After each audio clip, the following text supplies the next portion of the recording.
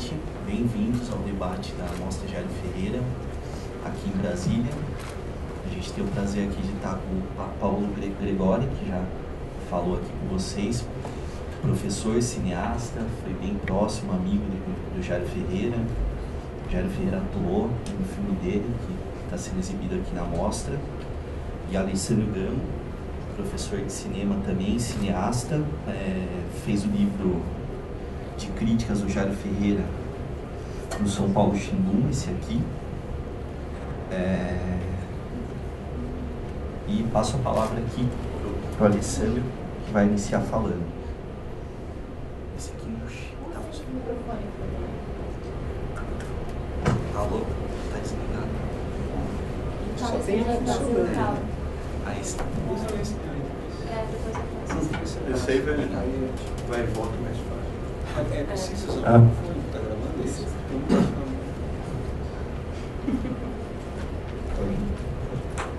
Boa noite. Agradeço pelo convite para nessa mesa, do debate. A iniciativa fantástica, né, do Renato fazer essa mostra do Jairo,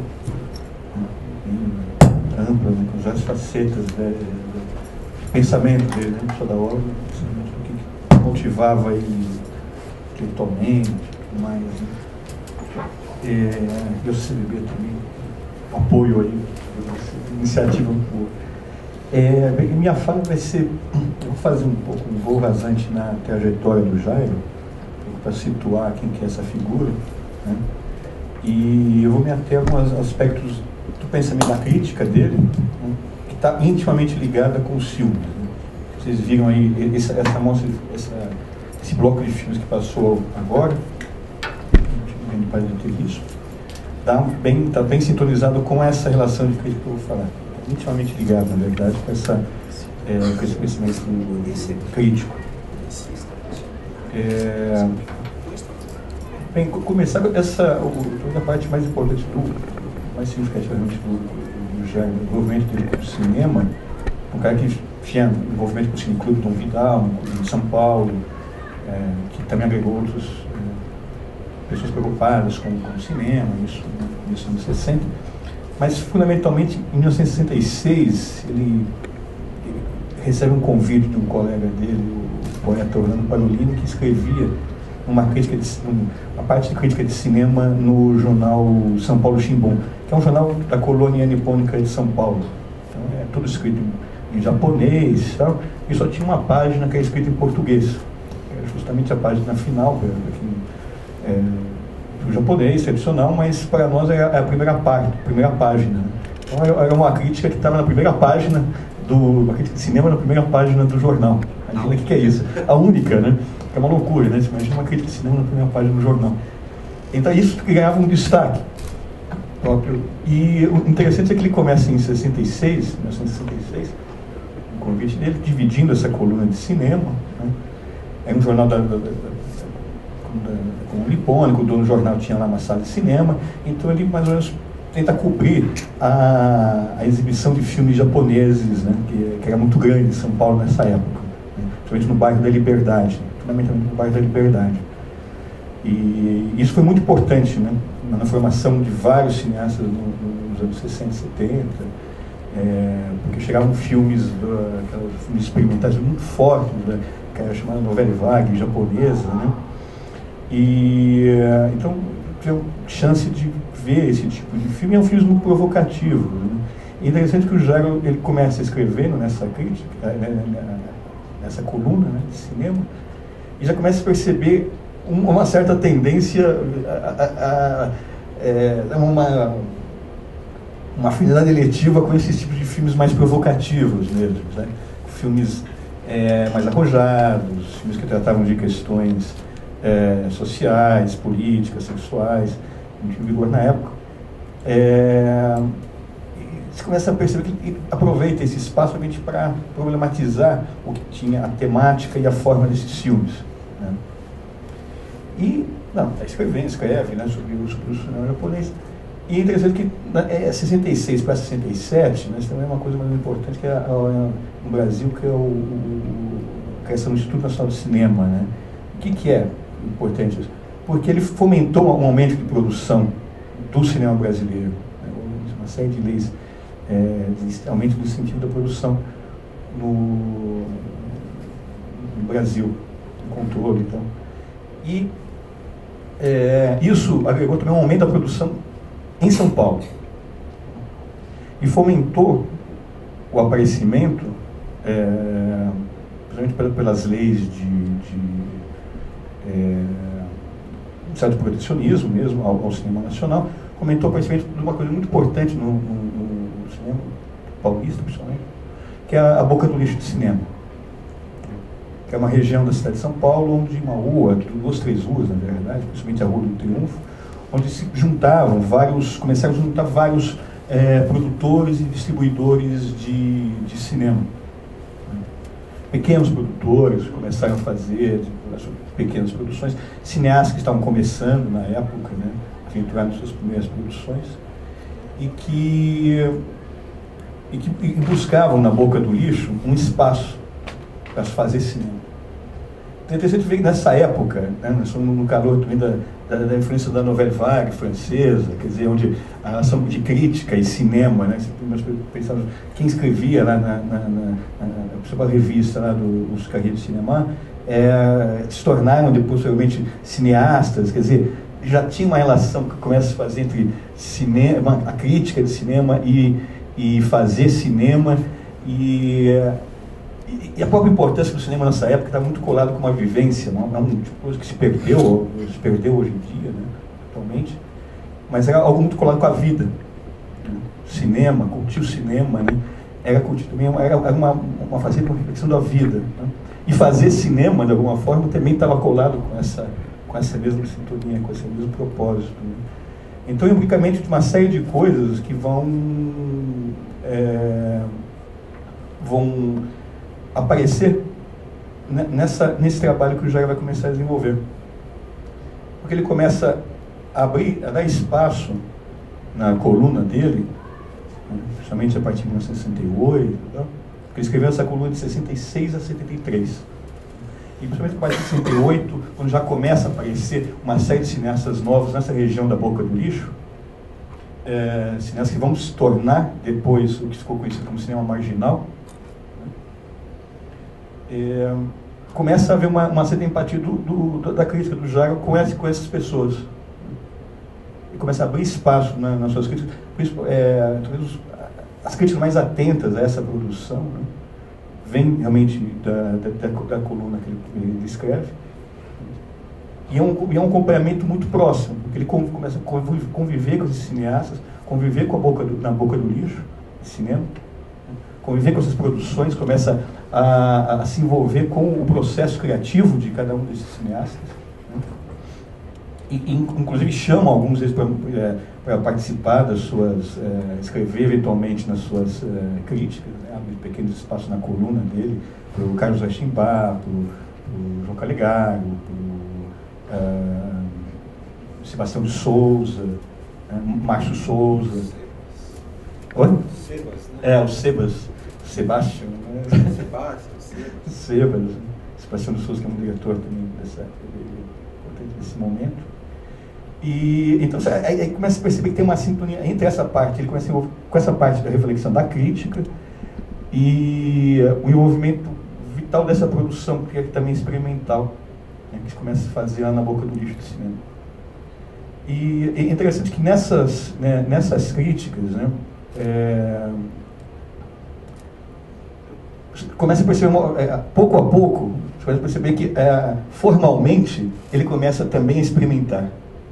O próprio linguajar, né, a própria forma de escrever, ele também começa a experimentar expressões nas suas análises cinematográficas, né, que estavam muito em sintonia com a própria experimentação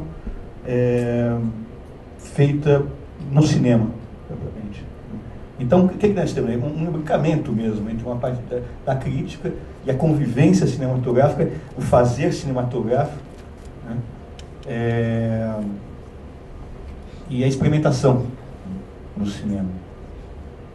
Então, nós temos nesse período, esse tipo de cinema é considerado cinema marginal, que feito por cineastas iniciantes, né, na região da Boca do Lixo, mas mais ou menos até começo da década de 70, justamente o período até onde ele escreve. Ele é um período que ele vai acompanhando toda essa manifestação cinematográfica e se envolve com ela, e também quando acaba, a partir de 72, quando os filmes, várias dessas produções começam a ser censuradas, a partir de 71, né, não chegam mais aos exibidores. E com isso acontece o quê? Não faz mais sentido fazer filmes. Então é importante, acho que, ver também que acaba um modelo, né? Acaba toda uma experiência cinematográfica ali. Nós tínhamos na região da Boca do Lixo, é o quê? É uma região extremamente comercial, quer dizer, eles não davam dinheiro para um cara experimental somente porque era engraçado ou porque achava realmente que estava fazendo alguma coisa importante culturalmente, mas porque sabiam que podiam tirar dinheiro daquilo. E havia uma noção, eram filmes baratos e podiam dar retorno. Mesmo o Meteoro Kid, que passou hoje aqui, para a finalização dele, foi feita com recursos de produtores da Boca do Lixo, de cinema, com apoio de distribuidores. Então chega um momento ali, em volta de 71, 72, que esses filmes começam a ficar, não fazem mais sentido, porque não, são feitos em preto e branco, com baixo custo, então tem uma série de medidas econômicas do mercado lá que acabam, principalmente do filme colorido, num certo nível de produção, e além da censura, que acabam deixando esses filmes de lado. E é interessante ver que, principalmente nesse período final, que o Jair acompanha, no São Paulo, escrevendo no São Paulo Chimbom ainda, acompanha essa produção, você começa a perceber que há uma operação cada vez maior de como lidar com esses filmes, como lidar com a censura, como lidar com a perspectiva que aquilo vai acabar. É muito interessante ver esse período, porque nós já acompanhando desde 66, em um momento, né, que está eclodindo a coisa, 69, 68, 69, 70, e de repente já começa a perceber que não tem, que o fim está próximo, mas ninguém sabe quando. E na crítica dele, essa falta de perspectiva que já estava no horizonte, né, se manifesta uma fragmentação cada vez maior da escrita dele, né, da forma de ele analisar esses filmes, se relacionar com o cinema, né. Paralelamente ele vai trabalhar vai fazer outros trabalhos também como fotógrafo de cena, produções comerciais na Boca, né, vai tentar assistente de produção, né, também em algumas produções lá da Boca do Lixo, já percebendo que realmente o trabalho nessa produção mais experimental vai acabar. Então isso e vários outros cineastas também nesse momento vão sentir isso, né? E essa fragmentação que eu digo que é uma fragmentação da própria existência mesmo, quer dizer, você não tem mais muita perspectiva do que fazer, né? Cinema é uma coisa vital, fazer cinema é algo vital, experimentar em cinema é algo fundamental, e como é mais possível fazer o quê, né? Formalmente, até ele começa a criar personagens, né? Que começam a narrar. Os personagens começam a narrar esse momento. Uma delas aí que começa um movimento. Isso que é interessante perceber, como que a marca dessa experiência vai ficar posteriormente manifestada nos filmes, porque nós vamos ter, até revendo agora o Verdades e Mentiras, né, Ligé de Andrade, né, é uma personagem criada por ele em 72, né, uma das personagens que ele cria para poder manifestar uma opinião, sem fragmentação de pensamento, de formas, de vozes, né? Está colada com essa... Que é um pouco uma homenagem à mulher do canal de baixo, chama Lígia, né? Então, e a Bolsa de Andrade. E a Bolsa de Andrade, então, que são duas. E os outros que ele cria também aparecem em alguns filmes, se vocês vão assistir durante a mostra. Porque acaba... o McLuhan também, né? Quer dizer, tem todo um jogo de referências que ele vai reutilizar e rearticular. E você vai ver como é importante mesmo esse momento, né, para ele, né? Por exemplo, mesmo no Gurus e Guris, todas aquelas críticas que aparecem lá são críticas do São Paulo Chimbom, né? Todas aquelas críticas são recortes falando de todas essas pessoas. Falando de todas essas pessoas. E é um movimento interessante, porque é um movimento... Esse filme, fundamentalmente, eu acho que uma coisa importantíssima, porque o guru, né, deles, né, o Maurice, né, Legiar, que era realmente era uma figura muito importante, né, na parte do cineclubismo paulista, né, isso na cidade de Santos. E esse filme, assim, fundamentalmente muito legal, porque ele faz uma ponte bem com esse momento. É um filme de 73, né? 73, que é bem quando acaba realmente esse fim já estava dado, né? E o filme ele manifesta bem todo aquele momento, né? Toda aquela reflexão. Quer dizer, tem uma fotografia do Inácio Araújo, do Caso Simbar, a montagem do Inácio Araújo, o Percival está na produção, quer dizer, um grupinho que também era próximo deles na produção, mas também tem a questão da crítica, que está viva. E a importância ou não da crítica. O não que eu digo porque o próprio Maurice uma hora queima lá, o sua peça queima o filme, o projetor, né? Quer dizer, não adianta fazer filme se não pode exibir, né? E o que é exibido é o Disney, quer dizer, o filme tem um pouco desse impasse daquele momento, né? E ele faz uma meta referência também ao trabalho dele como crítico, né? Incorporando as críticas do Chimbum, né? no filme, né? E essa marca, né? Que o Jairo vai ter, de experimentação, de falar de si, também falar de cinema para ele. Tanto que esses filmes que você viu, todos giram em torno do cinema, de uma maneira ou outra, né?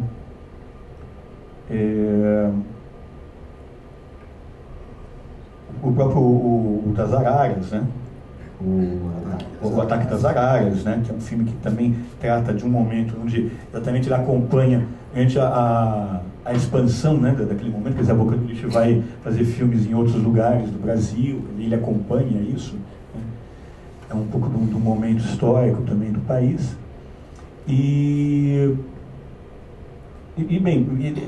Aí nós vamos ter uma lacuna, né, de um certo tempo. Não?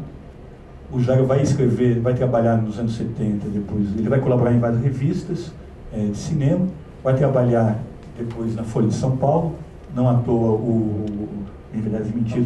É todo lá na Folha de São Paulo? Todo rodado na Folha de São Paulo, onde ele trabalhava como crítico de cinema, né? E é onde ele consegue inserir novamente o pessoal da Boca do Lixo.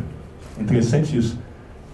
Formalmente ele não tem mais aquele mesmo experimentalismo, nem havia espaço para isso, mas como temática ele vai ainda privilegiar aquele grupo, né, um tipo de cinema, né, mesmo falando do cinema cinema comercial, ele vai identificar diretores como Jean Garret, uma verve lá experimental, que é o que interessava a ele, né?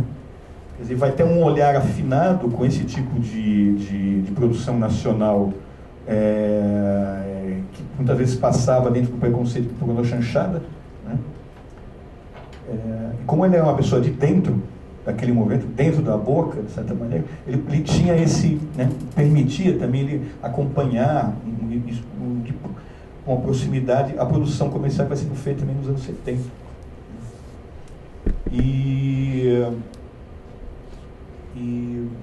Bem, isso manifesta também nessa parte das críticas, né, com esse olhar afinado dele. E depois, nos anos 80, tem um outro momento também, que aí eu acho que o grande momento dessa parte de relação de crítica com o cinema dele, que vai ser quando ele escreve o livro O Cinema de Invenção, em 86. Em 86, que escreve esse livro, Cinema de Invenção, que é realmente o grande compêndio da visão que ele tinha sobre o cinema. Quer dizer, o que interessava ele ali, né? O que interessava ao Jairo? Quer dizer, ele percebe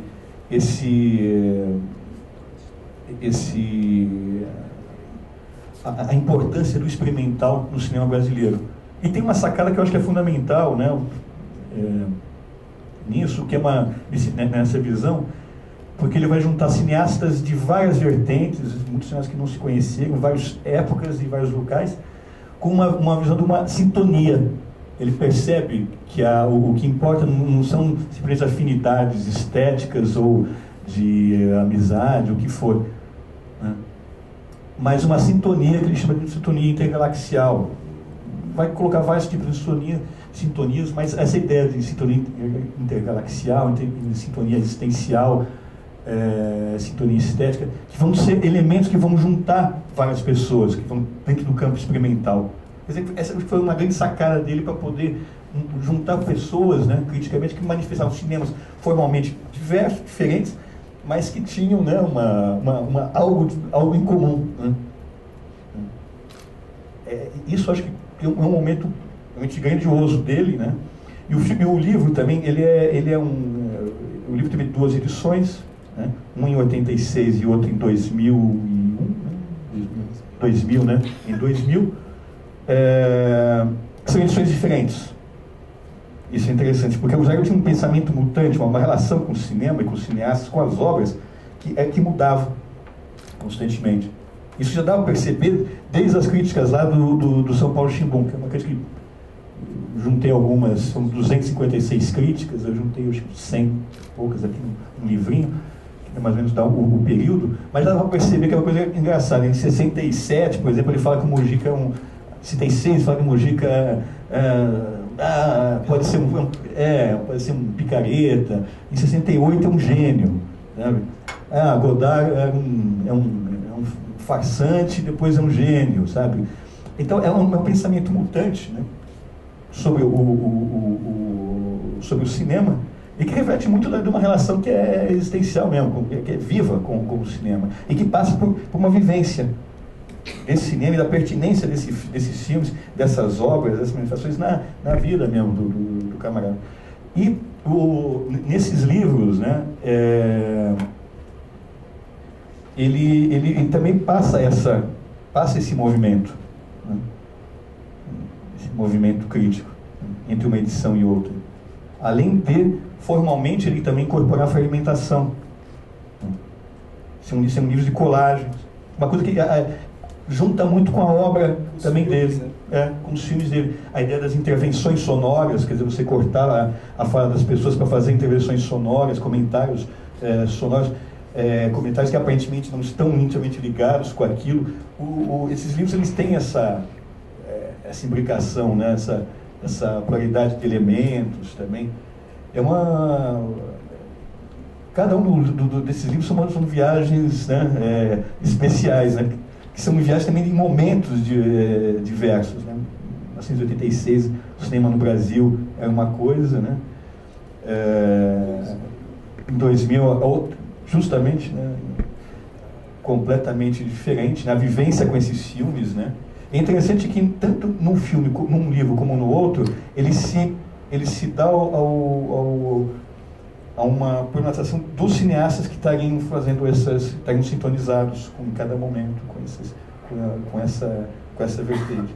Tanto que, por exemplo, no segundo livro já incorpora toda uma nova geração que vai estar sintonizada com um tipo de filme que ele achava interessante, que é com uma viagem mais experimental, né? Tanto que você também está na segunda edição. Inclusive é um filme que vai passar aqui na mostra, já passou, vai passar de novo.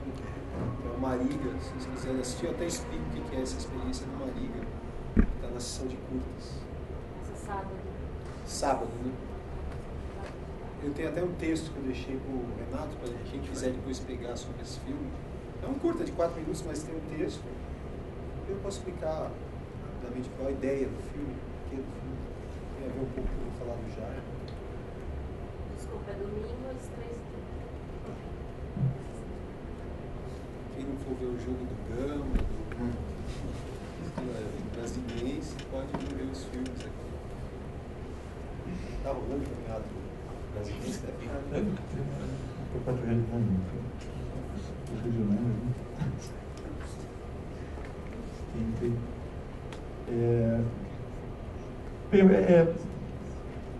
pouco em linhas gerais, né, a trajetória da crítica dele foi um pouco essa, né, assim, pegando momentos fortes, marcantes, né, dessa crítica, né, mas acho que o que vale aí também é fundamentalmente que essa crítica estava totalmente colada com um tipo de cinema de sua época, e com uma vivência de cinema, e com uma cara que ele queria, que achava interessante de um tipo de cinema, né? Como o cinema que problematizasse as coisas. E essa preocupação está muito nos filmes, completamente. O Ataque das Araras, no Guru e os Guris, né? Essa crítica. Revendo o Guru e os Guris, até formalmente, é uma sacada fantástica, né? O som é todo gravado naquele bate-papo do bar, né? Onde o Maurice ele começa com aquelas frases que são típicas do Bandido da Luz Vermelha, né? Aquelas tiradas fantásticas, né? De pá, coisas que marcam mesmo, né? Mais um elemento também dessa referência do cinema marginal também. O Vampiro da Cinemateca, que é o grande, né? Relação de colagem também, que ele vai ter como relação de cinema, né? Com uma visão própria de cinema, né? E com os realizadores, né? Também uma preocupação com os realizadores, eu dava espaço para eles, né? Para poder falar, né? Tanto no filme, qual que passou antes? O Insignificante, o Horror Palace Hotel, né? Da voz, que vocês vão ver, não percam um belo filme, mas dá voz aos realizadores, justamente aqui no Festival de Cinema de Brasília de 78, né? Que é um momento também chave, né? Que você tem a relação da abertura também, ao mesmo tempo que a abertura era essa, né? Quer dizer, novamente um impasse mesmo da possibilidade de produção, e onde ele junta vários desses realizadores que estão aqui privilegiados, né, no cinema de dimensão, né, e vão fazer uma loucura, né, na verdade, uma loucura, e durante vários dias filmados aqui no Hotel Nacional. Hotel Nacional. Hoje almoçar, fizemos um Palace 2, né? Um Palace 2 ali para, né, vivenciar um pouco essa... Então, isso que eu acho interessante, né? Essa relação de crítica e a própria forma do cinema está muito popular. Vocês vão ter a oportunidade também de, vendo os outros filmes dessa mostra, ver essa sintonia, ver essa conexão muito próxima de uma visão de cinema e uma forma de fazer filmes, né? Que está muito próximo, né? Que está lá atrás, naquela... Começa lá atrás, nos anos 60 mesmo. Você escrever sobre cinema também é fazer filmes, né? Mas também quero fazer meus filmes, né? Eu também quero fazer meus filmes. Que é importante. Complementa, fecha extensamente um pouco a relação vital e existencial do cinema, né? Então, só para dar um pouco linhas gerais aí, depois um debate para levantar os pontos, tal, do Jairo. Bom, acho que uma coisa também que eu vejo como das principais questões do Jairo Ferreira e da obra dele tudo que ele fez, o que ele filmou, o que ele escreveu, estava muito ligado à vida dele, né? Ele falava muito de cine-vida. Então ele escancarava mesmo a vida dele, assim, de uma certa forma, nas críticas, nos filmes, e ele dizia que quando estava escrevendo críticas estava fazendo filme, quando estava fazendo filme estava escrevendo crítica. Vocês, viram hoje o Insignificante, assim, ele fala muito de crítica de cinema, de Pound, a questão da invenção, e no Vampiro de Oswald de Andrade, antropofagia, tal, né? Tem tudo isso. Mas então eu vou passar a palavra aqui ao Paulo Gregori.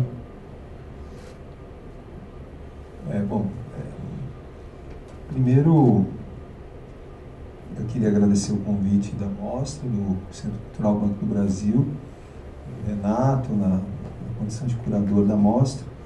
É ótimo compartilhar a mesa com o Alessandro, especialista aí, né, nas críticas diárias. Editou um livro e tal. Para mim é uma honra, na realidade. Mas uma honra ainda maior, para falar a verdade, pelo fato de estar aqui celebrando o Jairo Ferreira. Primeira coisa, eu queria saber quem das pessoas que está presente aqui já tinha ouvido falar nele. Pelo menos ouvido falar, não precisava ter lido as críticas, ter visto os filmes. Uma pessoa, duas, enfim, três, quatro, poucas. Essa talvez seja a grande forma que nós temos de celebrar, porque o cinema é muito vasto, o cinema é uma coisa muito complexa, e em termos, digamos, de... Se a gente fosse compartimentalizar essa atividade do Jairo Ferreira, entender o que é que ele fazia e a importância que ele tem, ela é máxima. Assim, em termos de cinema, para quem assistiu essa sessão hoje, teve uma experiência única na história do cinema. Isso eu falo com poder de causa, que eu já vi mais de 10 mil filmes, sei lá, eu conheço todo tipo de cinema. Você pode me perguntar qualquer tipo de cinema, eu conheço todo tipo de cinema. E vou dizer uma coisa para vocês. No mundo, só existem mais 12 pessoas como Jairo Ferreira que fazem esse cinema, que é considerado o último cinema. Mas para nós que somos iniciados, que conhecemos o que é a verdadeira arte e tal, a gente sabe que esse é o epígono do cinema, digamos. É assim, o ápice da criação cinematográfica na sua essência. Né? Quer dizer, se a gente inverter isso, na realidade você tem a maior podridão do cinema, seria essa que vai comemorar agora a ação entre amigos deles no dia... Que dia que é? No domingo que vem. Né? Então esse é onde eles vão comemorar lá a ação entre amigos, tal, que é o oposto, né? Que é o mínimo do cinema. Assim, né? Ali é a coisa mais... Lá tem tudo, gente. Tudo, menos cinema. E eu garanto isso para vocês. Porque se cinema é vida, lá não tem isso. Lá é o baile dos mortos-vivos. Assim. Essa festa, essa ação entre amigos é o baile dos mortos-vivos. A celebração verdadeira do cinema nós tivemos hoje às 17 horas e 30 minutos, que começou com o Meteorano Kid, e depois às 19 horas aqui com o Jairo Ferreira. Isso é a primeira coisa. E claro que nessa escala, no intermédio, né, entre esse baile de cadáveres e tal, e essa celebração da vida que são os filmes do Jairo, você tem de tudo, né? Você tem o cinema autoral francês, aí você tem uma leva, o cinema asiático, antigo, você pode ter o cinema das Filipinas, fantástico, década de 60, 70. Agora, como o Jairo eu conheci poucos, poderia citar alguns aqui, que eu conheci inclusive pessoalmente, fui na casa deles assim como eu fui na casa do Jairo, porque é uma coisa engraçada, parece que existe essa coisa é uma coisa do Jung, né? O Jung falava muito isso, essa coisa dos arquétipos, né? Essa coisa dessa sintonia intergalaxial, ela é junguiana no fundo, que é a coisa da sincronia. Não tem um livro só do Jung que trata disso. Jung, Carl Gustav Jung, agora o filme do Cronenberg, que vai popularizar esse cara, né? Então, assim, o Jung, para quem não conhece, era um grande, assim, junto com Freud, com Alfred Adler, né? E com mais um ou outro, era um dos grandes psicanalistas, assim, criadores da psicanálise praticamente, né? E ele tinha essa coisa da sincronia, então às vezes as coisas não são por acaso.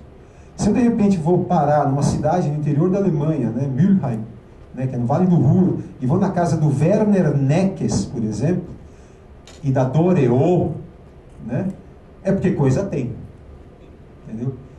Se eu estou lá, perto, na Califórnia, perto de Los Angeles, Sacramento, e eu vou parar na casa dos irmãos Kuchar, vocês não conhecem nada disso, porque isso é o fundo do poço do cinema para os cadáveres, né?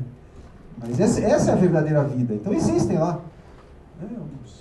No mundo, eu estou falando no mundo, só 12. Então é um momento privilegiado esse que nós tivemos aqui. Só existem umas 10, 12 pessoas iguais a essa que nós vimos aqui. Né? E aí eu acredito muito na sincronia. Não é por acaso que eu fui parar na casa dessas pessoas. Né? Para falar a verdade, não sei nem como que eu fui parar na casa dessas pessoas. Porque isso não tem, essas coisas não têm explicação. Né?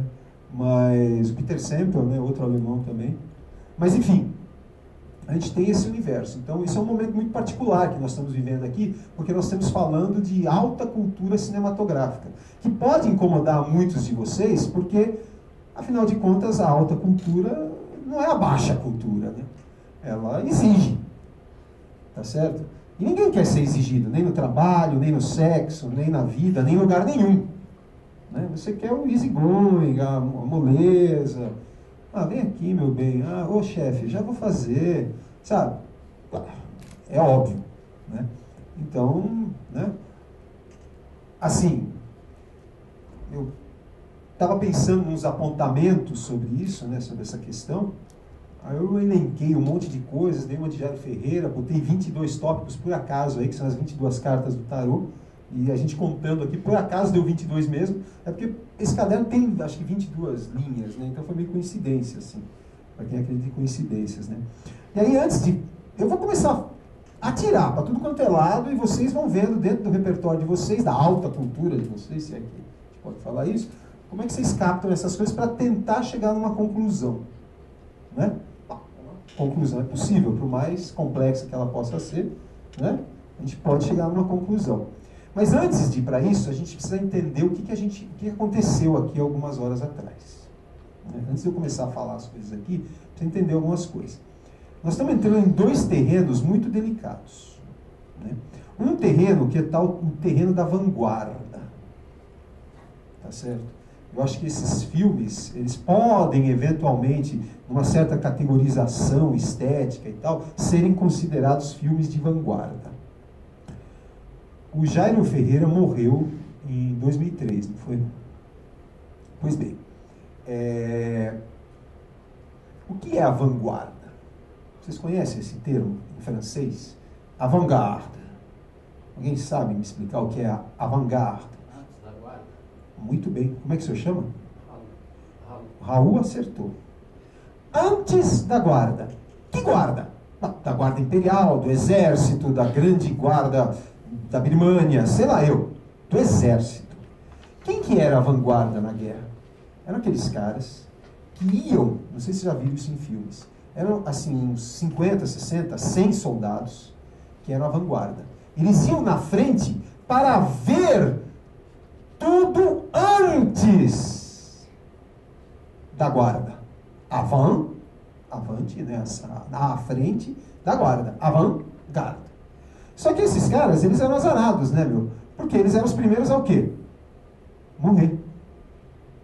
Então só sobrava 2 ou 3 que iam falar, olha, eles têm 20 tanques, eles têm 1000 soldados, eles têm bombas, eles têm metralhadoras, então melhor a gente tomar cuidado. Ou então falava, eles estão fraquinhos, a gente pode atacar com essa nossa tropa aí que nós ganhamos deles. Né? Isso é o cinema de vanguarda. Ele faz, isso é vanguarda, né? Porque ele está vendo além do fronte, além da fronteira do imaginável do cinema. Né? Por isso que é difícil. Porque tudo que está sendo falado aqui, mostrado aqui, é à frente. Não é o cinema de retaguarda. Né? Porque aí entre a vanguarda e a guarda, você tem a retaguarda. Que são os quê? Os caras que ficam lá para aguentar a bucha de canhão do final de tudo. Os últimos moicanos, assim, que é a raspa do tacho, né? São os piores soldados, né? Os mais despreparados, a retaguarda. Né? E eles vamos lá para a retaguarda, vamos se defender, né? Não vamos atacar. A vanguarda prepara o ataque, aí os soldados lá, a guarda vai para o ataque, e a retaguarda, né? Vão ficar na retaguarda. É cuzão, né? Medroso. Então, o cinema de retaguarda é completamente diferente. Né? Já é uma outra história. Para quem está acostumado a ver cinema de retaguarda, claro que aqui vai ser um grande desafio. Né? Porque nós estamos tratando de cinema de vanguarda. Então, esse é o primeiro detalhe. A primeira coisa que nós temos que estar atentos. É uma coisa que a gente tem que raciocinar. Falar, o que nós vimos aqui? Quem é Jairo Ferreira, portanto? É um mestre da vanguarda. Né? Ele viu antes de todos nós. Isso, os filmes já estão dizendo isso. Tem até no Guri os Guris, o Alessandro falou um pouco isso, né? O Jairo e o Lejar falam lá, imagina isso, 73, né? 74. 40 anos quase. Fala lá, isso é engraçado. Fala lá, o cinema brasileiro produz 100 filmes por ano e só 10 são exibidos. Hoje, produz, sei lá, 200, 250, só 50, 60, 70 por ano são exibidos. O problema, meu amigo, continua o mesmo. O cara já viu lá na frente, ele veio avisar a gente. Ele avisou hoje. Né? Falou, olha, eu li isso, falei, puta merda, que bosta, né, meu? A gente continua na retaguarda, né, meu? O cara já viu lá em 74 o problema. Porque, gente, o cinema é uma forma de expressão. Se eu faço um filme, eu quero que as pessoas vejam. Eu não faço filme para guardar embaixo da cama, para mostrar para minha tia, para o cachorro e para o sobrinho. Entendeu? Eu quero que a maior número de pessoas possíveis para o meu filme vejam o meu filme. Eu não estou falando milhões, bilhões de pessoas. Eu digo assim, um filme meu, se for visto por 100 pessoas, já está bom. 200 pessoas, já está ótimo. Porque são as 200 pessoas que deveriam ver esse filme. Não, só um comentário, em cima disso, tem o problema da indústria, a ilusão da indústria do cinema no Brasil. E o Jair, só para ter uma tiradinha fantástica dele nessa época do Chimbom, que ele fala assim, a sintonia, ele fala assim, o problema da indústria de cinema do Brasil é que nós temos muitos charutos e poucas chaminés. Exatamente. Isso aí, cara. Acho que o Alessandro matou a charada, né? E aliás é uma ilusão, porque eu vejo muitos, às vezes, alunos meus, amigos, tal, vem, que ótimo, né? Agora temos uma indústria de cinema no Brasil. Falei, que indústria? O Tropa de Elite e tal. Tropa de Elite. Uma andorinha, minha mãe dizia, não faz verão. Não existe isso, cara.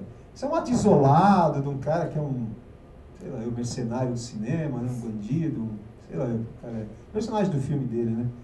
Então eu quero um personagem dos filmes dele e que finge ser bonzinho e ele não está nem com ninguém, muito menos com o cinema brasileiro, né? Então, ó, com o que ele está preocupado, ó.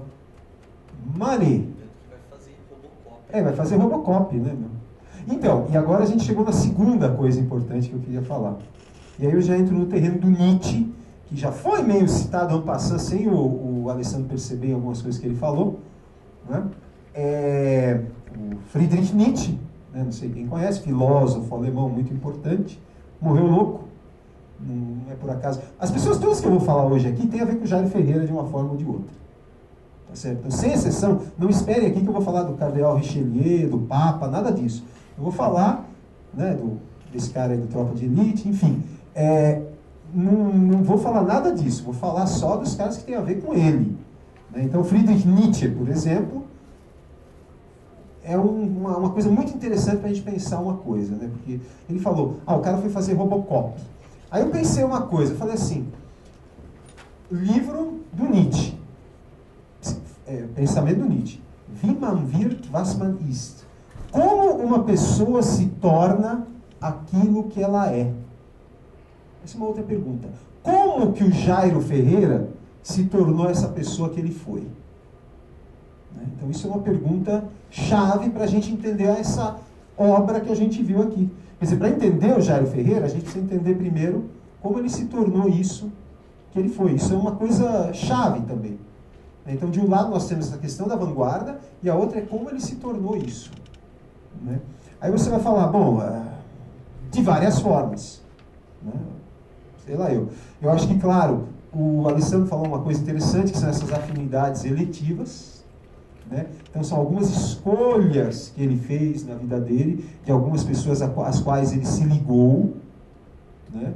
Meio, sei lá, em algum momento da vida dele jovem, ele conheceu algumas pessoas, e que essas pessoas moldaram assim, o que seria a vida posterior dele, de alguma forma ou de outra, né? E acho que isso acontece com todos nós, assim, o meio ambiente, as más ou boas frequentações, né? Enfim, né? Eu acho que isso, mas principalmente essas afinidades eletivas, que inclusive é o título do livro do Goethe, né? Relacionadas com essa coisa talvez de uma paixão, né? A gente vira muito aquilo que a gente é em função de paixões e escolhas que a gente faz, né? E acho que o Jairo foi, não sei se ele foi vítima disso ou se ele foi enfim, privilegiado nisso, é uma coisa que a gente teria que pensar e estudar, né? Mas é uma coisa que são dois aspectos que eu acho importantes para a gente entender isso que a gente viu aqui e as próprias críticas dele, esse universo egótico, né, que a gente poderia dizer, que assim, ele aparece em quase todos os filmes dele, ele só não aparece nos últimos dois que a gente viu, né, que é porque são produções um pouco maiores, com dinheiro do prêmio estímulo e tal, acho que os próprios produtores, não, já fica na sua, né, meu, 35mm, fica na sua, né, aí já é essa aproximação da retaguarda, né, o cara, antes ele estava lá, né, meu, mandando ver, se expondo, falando, e de repente, né, vem esse negócio diferente para ele, né, em termos de produção e tal, mas que funciona. Aí a partir disso eu fiquei pensando algumas coisas, algumas o o Alessandro já falou, né?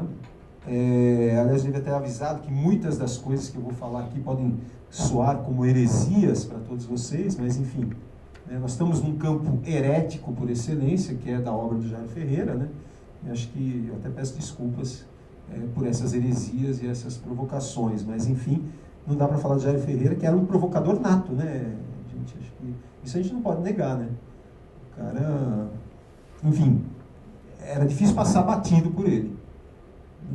A gente estava até hoje à tarde conversando em algumas provocações dele que foram bem ferozes, assim. Onde eu me encaixo nisso, né? Na realidade, uma coisa que eu raramente falei, agora eu lembrei, e eu queria até o livro do Cinema Dimensão. Onde eu me encaixo nisso? É uma coisa curiosa. Eu, desde criança... Aliás, essa é uma pergunta que... eu não vou perguntar, porque, mas assim, só vou falar uma coisa. Eu, desde criança, por culpa, talvez, da minha mãe, eu sempre vivi no cinema, assim, dentro das salas de cinema. Via muitos filmes, desde os 5, 6 anos de idade. Meu pai trabalhava o dia inteiro, minha mãe era desocupada, ela não tinha o que fazer, ela queria muito no cinema à tarde. Né? E aí ela, como não tinha com quem me deixar, a gente não tinha empregado, não tinha babá, não tinha nada, ela me levava para ver os filmes. Às vezes eram filmes até de censura muito maior do que a minha. Então eu tinha 5 anos e ia ver filme de 9 anos, 10, às vezes até 12. Aí ela botava assim um jornal dentro do sapato para eu ficar mais alto, botava uma roupinha mais assim de adulto, sabe, uma camisa em vez de uma camiseta, um sapato, aquele Vulcabras 752, mais assim, sério, não tênis, entendeu? Para passar pelo bilheteiro, né? E eu, né, aí eu Nietzsche de novo, né? Wie man wird, was man ist, né? Aí, claro que o cinema passou a ser a minha vida, né? Porque era a única coisa que eu sabia, que eu tinha acesso todas as tardes, né? Tinha lá a escola, claro, mas eu comecei com o tempo para perceber que a escola era muito mais chata e entediante do que o cinema, né? Então eu achava que a verdadeira escola para mim era à tarde, quando eu ia com minha mãe. Minha mãe era minha professora, que me levava para ver os filmes, né? E a escola era uma enrolação, assim, era uma coisa entediante e tal. E nessas, eu fui ficando mais adolescente e tal. E eu tinha um amigo meu, que agora eu lembrei, ele é citado aqui no livro do Jairo Ferreira, ele era um pouco mais velho do que eu. Eu, na época, tinha uns 16 anos para 17, ele tinha talvez 19 para 20, que é o Elliot Abutbol. E aqui ele é citado, inclusive, começa com o sobrenome dele, Abutbol Elliot. Né? E ele é o Elliot Abutbol. E na edição, esse livro saiu em 86, né? Então, eu tinha mais ou menos 16 anos, ele tinha mais ou menos 20 anos, de 19 para 20 anos. Então, com 19 e 20 anos, ele entrou aqui já como uma promessa do cinema brasileiro que nunca vingou, né? Mas assim, o Jairo colocou ele aqui. E foi através do Hélio, né, do Abutbol, fazendo uma homenagem para ele, que eu conheci o Jairo Ferreira, pelo menos enquanto crítico e enquanto autor desse livro. Né? Aí o Elliot me trouxe o livro, olha, eu tô aqui no livro, olha, eu falei, pô, Elliot, você é um cara importante, mas você está no livro do cara. Tal. E na época os nomes que estavam aqui não me diziam nada, né? Flávio Del Carlo, Lauro Escorel, Silvio Darim, sei lá, né? John Doe. Mas assim, mesmo assim eu achava que eram pessoas importantes, né? E para ele tá no livro, né? E ele tá lá. Falei, pô, Elliot, é legal ser amigo seu, né? E aí a gente ia jogar bola num lugar que eu não lembro nem onde era, onde, pasme, ia toda a nata da cinematografia paulista jogar bola. Isso é uma coisa muito louca. E o Hélio, que aglutinava isso, um jovem que aglutinava, o Rogério Sganzella, todo esse pessoal ia lá jogar bola nesse lugar. E eu não tinha a mínima ideia quem eram aquelas pessoas. E aí, com o tempo, eu fui meio conhecendo, que eram ícones do cinema, principalmente marginal. Acho que o próprio John Doe ia, enfim, do cinema marginal paulista. E aí, claro, aí eu comecei a ver alguns filmes desses caras.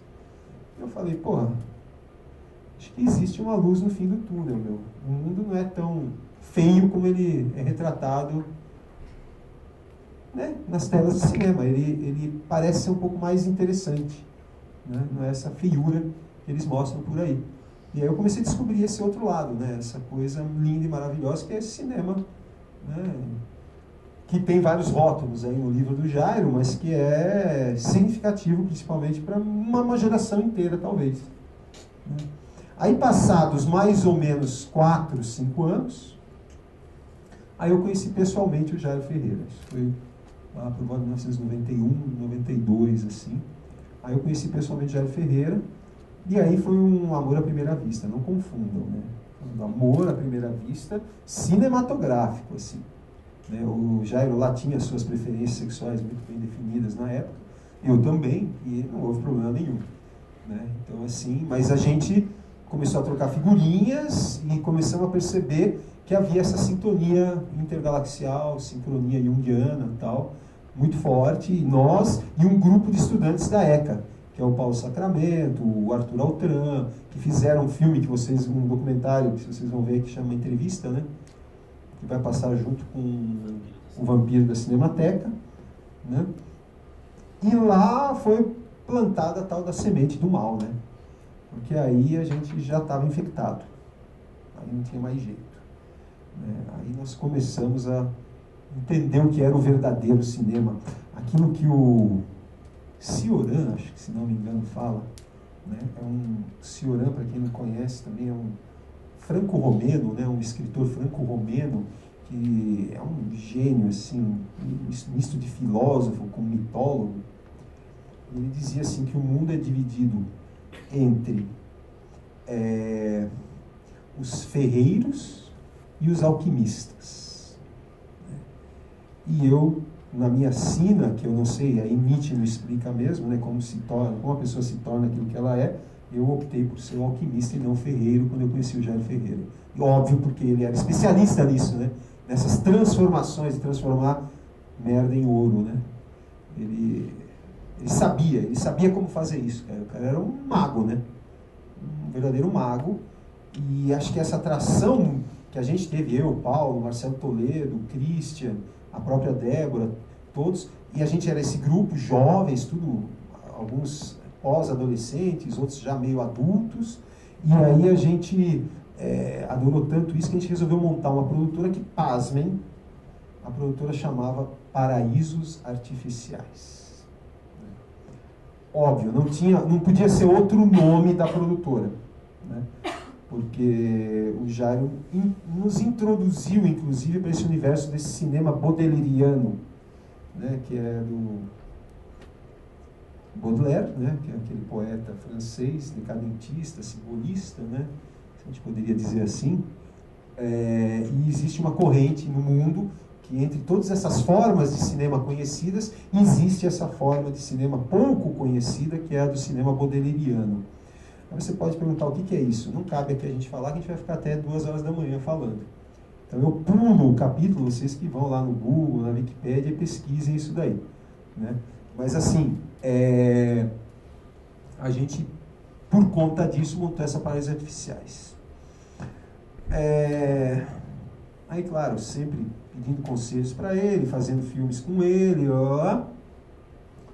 E eu, nessa trajetória, acabei tentando juntar algumas coisas aqui que eu vou falar e depois cada um agora pensa para encerrar, assim. Então eu vou falar algumas frases e vocês, não vou explicar muito bem, mas algumas, tudo relacionado com o Jairo Ferreira, que eu, para vir aqui, eu falei, o que eu vou falar? Tem que pensar. Aí eu resolvi fazer assim uma summa summarum, digamos, um compêndio sobre o Jairo Ferreira, assim, né? Sobre como seria essa cabeça do cara e esse universo dele, né?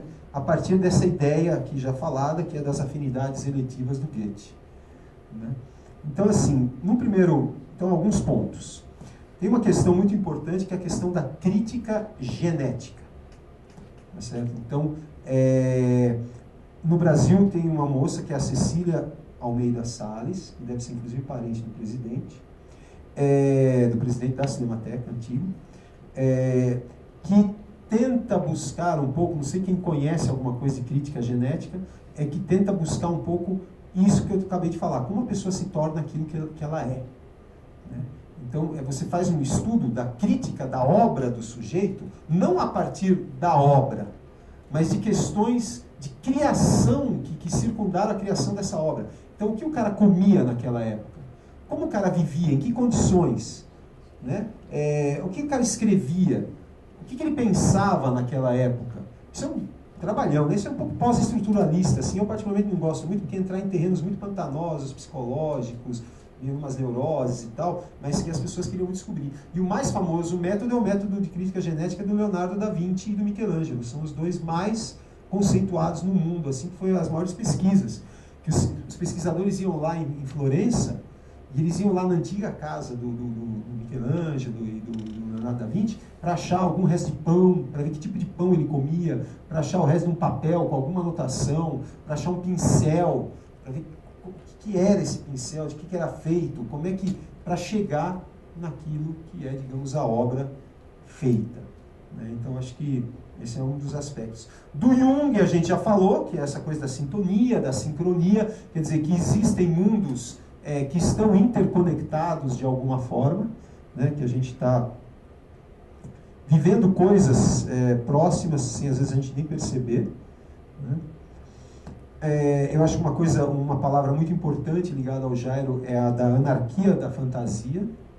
Né? Eu acho que é um cinema muito anárquico e cheio de fantasia, portanto esse termo fassbinderiano, assim, dessa anarquia da fantasia está muito próximo, ligado, claro, aí até ao Buñuel e outros grandes diretores, né, que ele mesmo admirava. Né?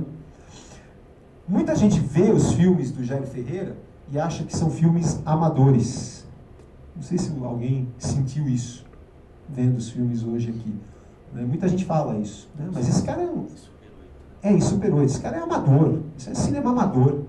Falei, graças a Deus que é cinema amador. Porque esse é o verdadeiro cinema. A Maya Deren, uma cineasta americana, experimental, ela tem um tratado só sobre isso. Do cinema profissional e do amador, onde ela define o que é o cinema amador e por que ele é superior ao profissional. Né? Porque o amador é feito com o quê? Com o coração, com amor. Não é a coisa fria, calculista do profissional que só está pensando em se dar bem, em ganhar dinheiro, em pisar nos outros. Né? O cinema amador é outra coisa. O profissionalismo nada mais é que isso, né? Você pisar em cima das pessoas, extrair o máximo que você puder de sangue delas, dinheiro. Isso é o falso, a ideia de profissional. Você ser profissional é ser sério, é ser um cara, são os homens de gravata, né, e terno preto, né? Os homens de preto, não tem o filme lá? Não, você não está pelo menos totalmente de preto, mas tem o MIB, né? O Raul, coitado, já se sentiu. Olha, mas pode ser um negócio, só pelo fato de você estar aqui, eu já acredito que você é um espião, então, no mínimo. Porque se fosse, não estaria aqui. Se fosse um homem de preto, né, os homens de preto não estariam aqui. Então você, ou é um espião, está aqui porque quer, ou é espião. Né? Aí é uma coisa que depois a gente conversa. Né? Mas assim, então a Maya Deren fala isso no livro dela, inclusive, que ela tem ojeriza desse cinema dito profissional. Né? E que para ela o cinema amador é muito mais superior porque ele tem essas características que depois no livro, para quem quiser, vai lá ver e tal. Né? Uma coisa importante, só pessoas que têm uma paixão muito grande pelo cinema são capazes de fazer isso que o Jairo fez. Né?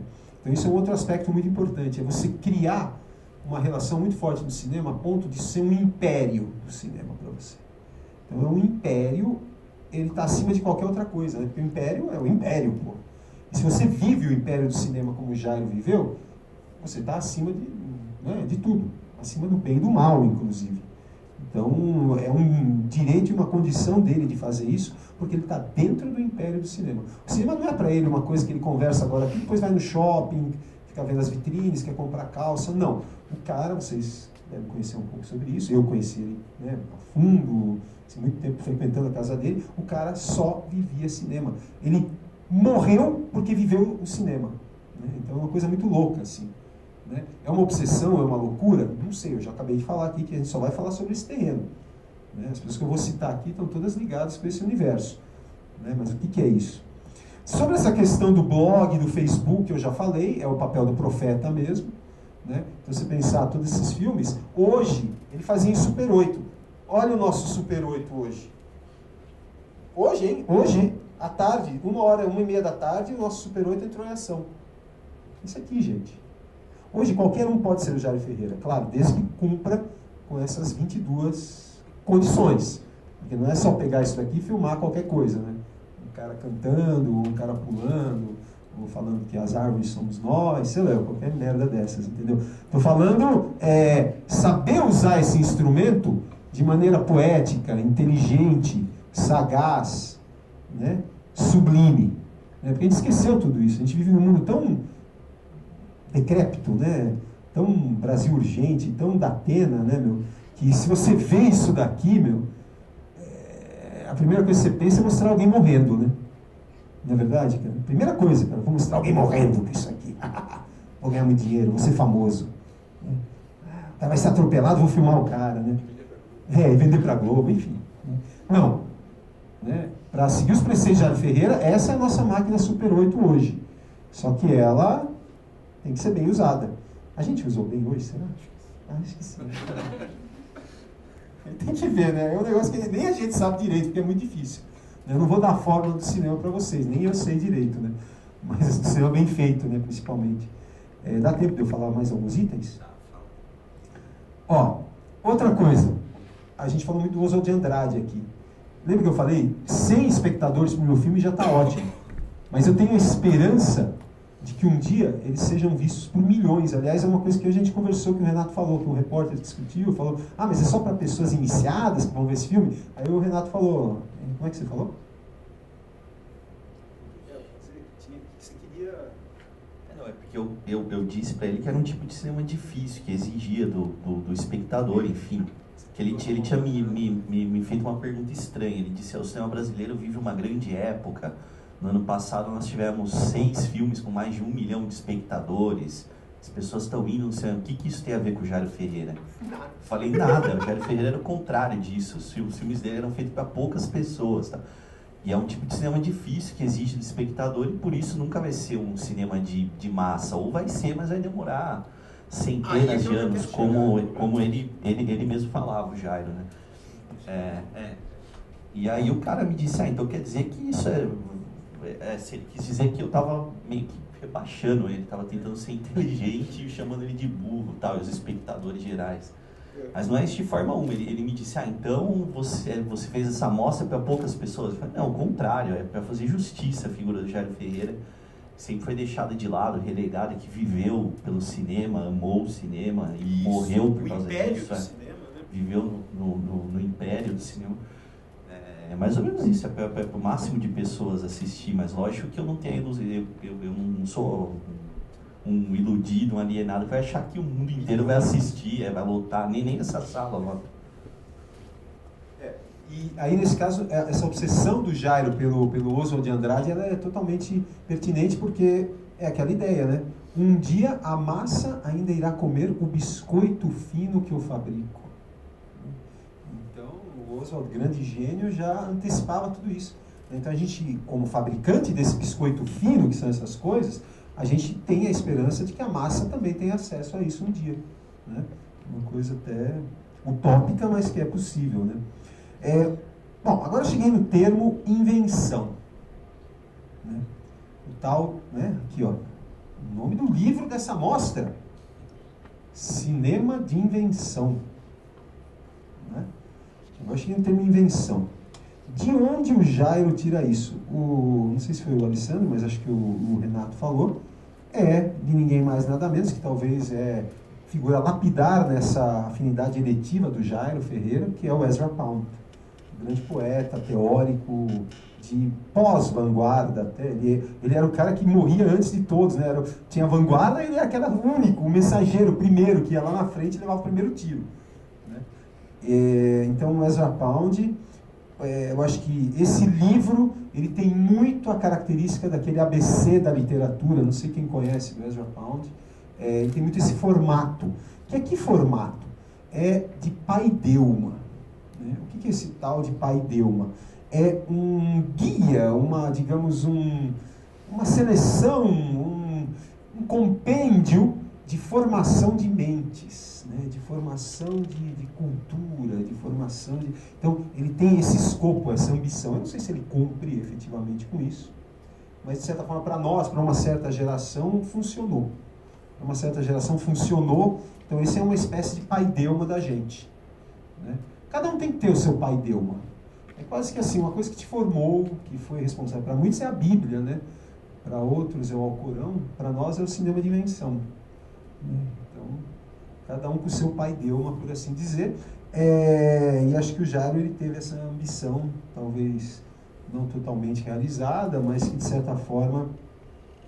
E acho que um cara que talvez ele não admirasse tanto, mas que era uma espécie de Jairo Ferreira que deu certo, por assim dizer, nunca fez filmes, mas era um grande tradutor, inclusive tradutor do Ezra Pound, que é o Zé Lino, né? O José Lino Grünewald, né? Que era um crítico de cinema, crítico de literatura, tradutor de poesia, ligado muito ao pessoal do Mário Faustino, o pessoal que girava lá no Rio de Janeiro, né, nessas esferas de vanguarda do Rio de Janeiro, e que conseguiu mais respeitabilidade, digamos, até do que o Jairo enquanto crítico, eu acho, né, pelo menos naquela época, assim, né, e que estava preocupado muito com essa coisa também da invenção, né, que ele usou aqueles termos de invenção, de diluição, que até o Jairo fala muito nos filmes, né, que é coisa tudo do Ezra Pound.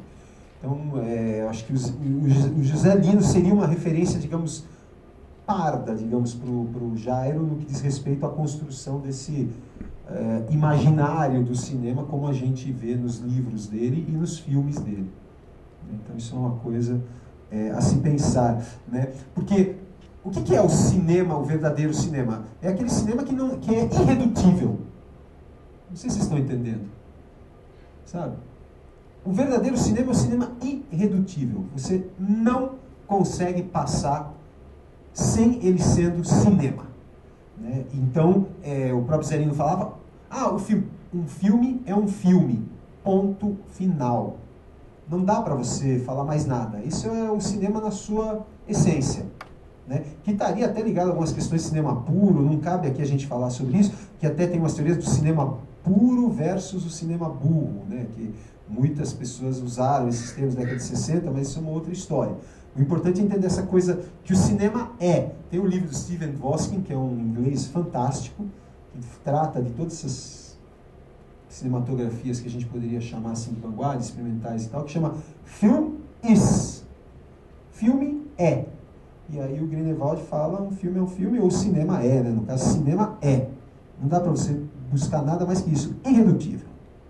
É difícil trabalhar com isso. É difícil você aceitar isso, né? Porque a gente sempre está buscando referências, tentando fazer reduções, né, do que é o cinema, né?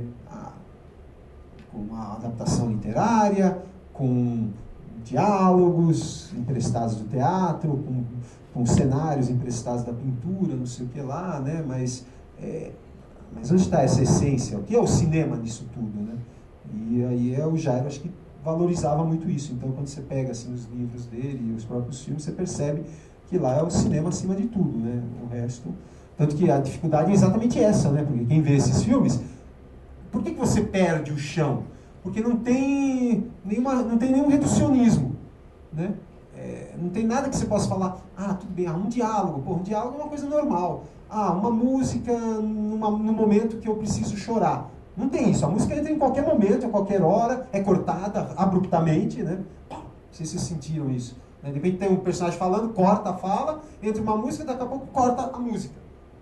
Sabe? Para quem está acostumado aqui, os caras estão conversando, aí de repente entra uma música, e aí você chora, é difícil ver uma coisa assim, né? Porque ali você vai tendo todo o sistema, né? É assim que funciona do ponto de vista da retaguarda, né?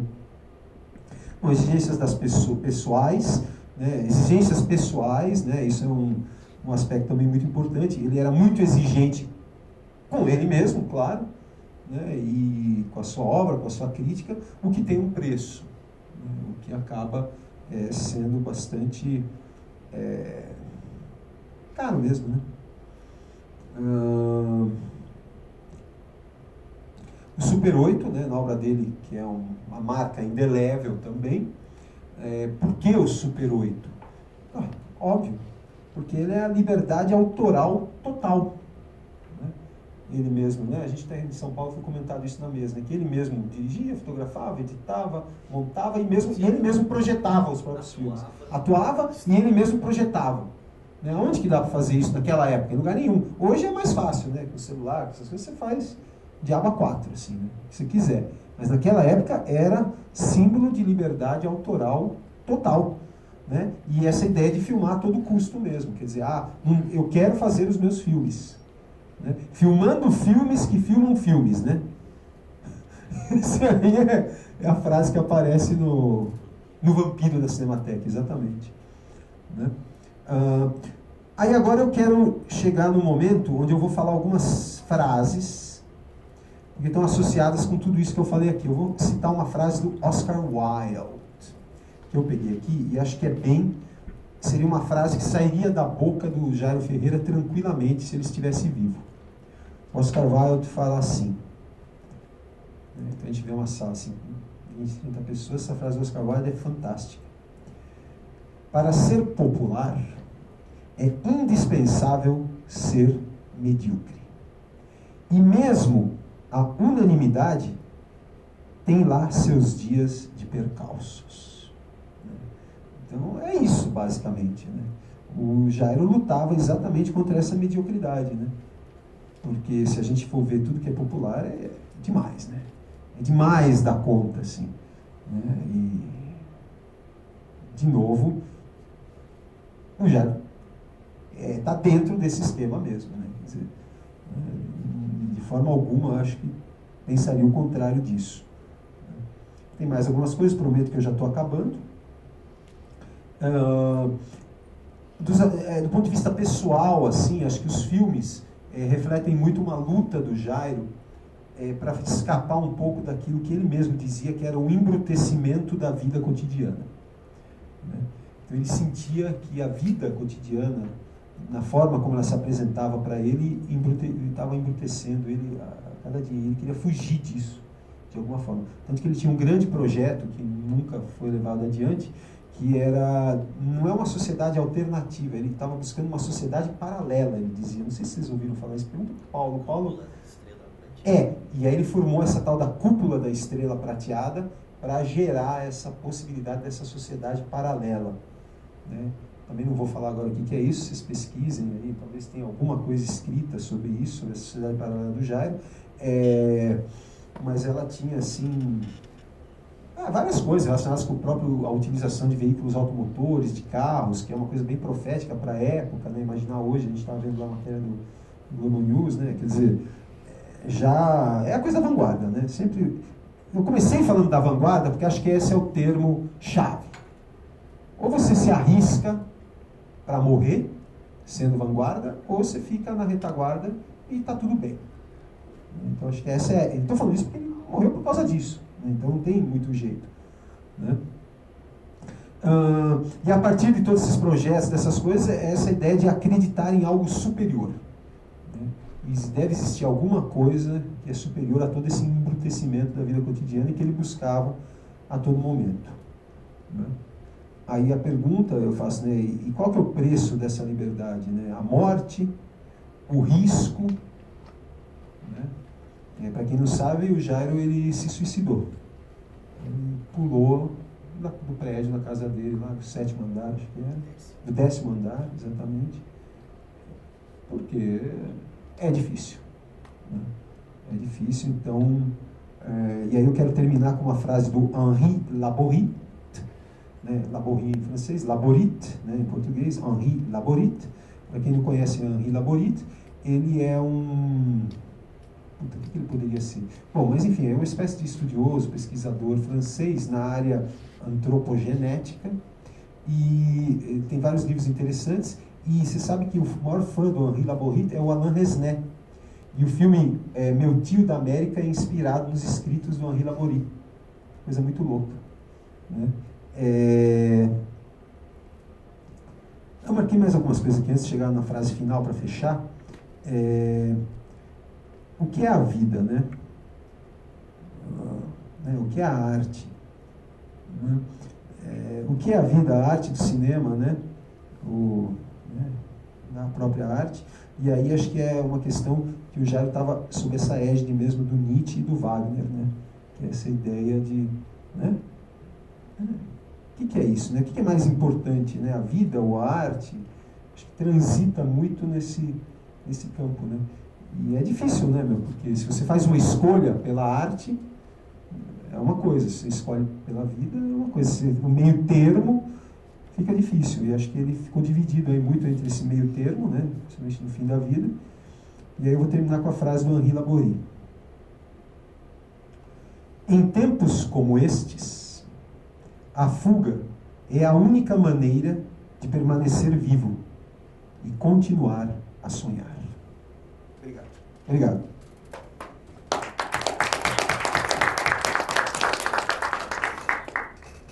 Então, acho que a gente pode abrir para as perguntas.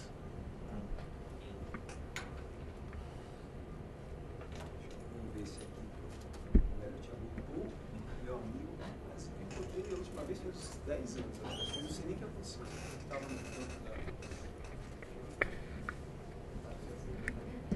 Então, eu tenho uma pergunta, assim, mais um bate-volta aqui, né? Eu acho, assim, algumas coisas foram faladas. Essa questão do público de massa, né? Então, assim, se o cinema experimental, o cinema de vanguarda, ele está na frente, os outros estão atrás copiando. Até cinema clássico, né? A cada 20 anos há uma renovação, e eles vão buscar nos cineastas de vanguarda aquelas ideias, né? Então, esses cineastas, eles são de massa também, porque eles tá sendo pegado lá, né? Lá na frente. E assim, e é um público não contabilizado. Por exemplo, Titanic tem milhões de espectadores naquele período, naquele ano. Depois o filme acaba, o filme morre. Um filme do Jair Ferreira, um filme do Glauber, um filme do Godard, são filmes que vão para o cineclube, que continuam sendo vistos, são feitos teses e tal. Então, é um público que esse público não está sendo, né, contabilizado. E assim, mesmo sendo um público pequeno, muitas vezes você tem ali naquela plateia um artista plástico, um músico, como o cinema novo influenciou a Tropicália, que depois vai cair também na massa, né, e tudo isso. Então, essa questão assim, né, né, aprofundar mais tudo. Mas é isso, assim, agradecer ao CCBB, assim, pelas excelentes mostras que tem feito, no Brasil todo, tudo. Sobre isso que você falou, tem uma coisa interessante que eu costumo falar, que eu falo assim, o que vai ficar para a história? Será que é o Céu de Sueli ou o Se Eu Fosse Você 2, por exemplo?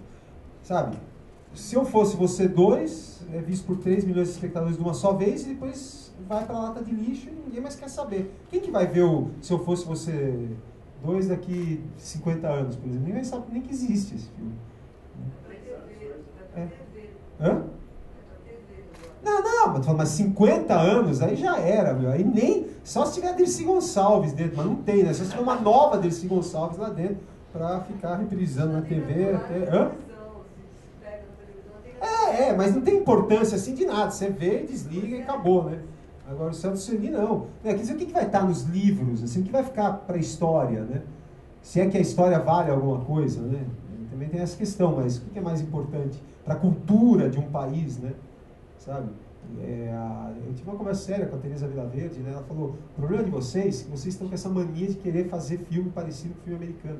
Esquece, meu. Vocês têm que fazer filmes brasileiros, mesmo que ninguém veja, né? Vai ser o patrimônio cultural do Brasil. Se é que existe alguém que está preocupado com isso. Eu acredito que não, né? Porque aqui é terra de ninguém. Mas assim, se tivesse alguém preocupado com isso, né? Se tivesse alguém preocupado com isso, como em Portugal, por exemplo, que apesar dos caras serem miseráveis hoje em dia, sendo explorados pela globalização, por todos os efeitos nefastos dessa porcaria de zona do euro, né? Que isso aí é coisa de interesse, né? O Bauman fala muito disso, né? A desgraça da desgraça do mundo foi essa zona do euro. Tem um tio alemão que ele fica louco com o euro, cara. Ele fala, isso é uma merda, isso é uma merda. O povo é contra, cara. Sabe, o povo é contra o euro. Quem é a favor? Eu pergunto para vocês.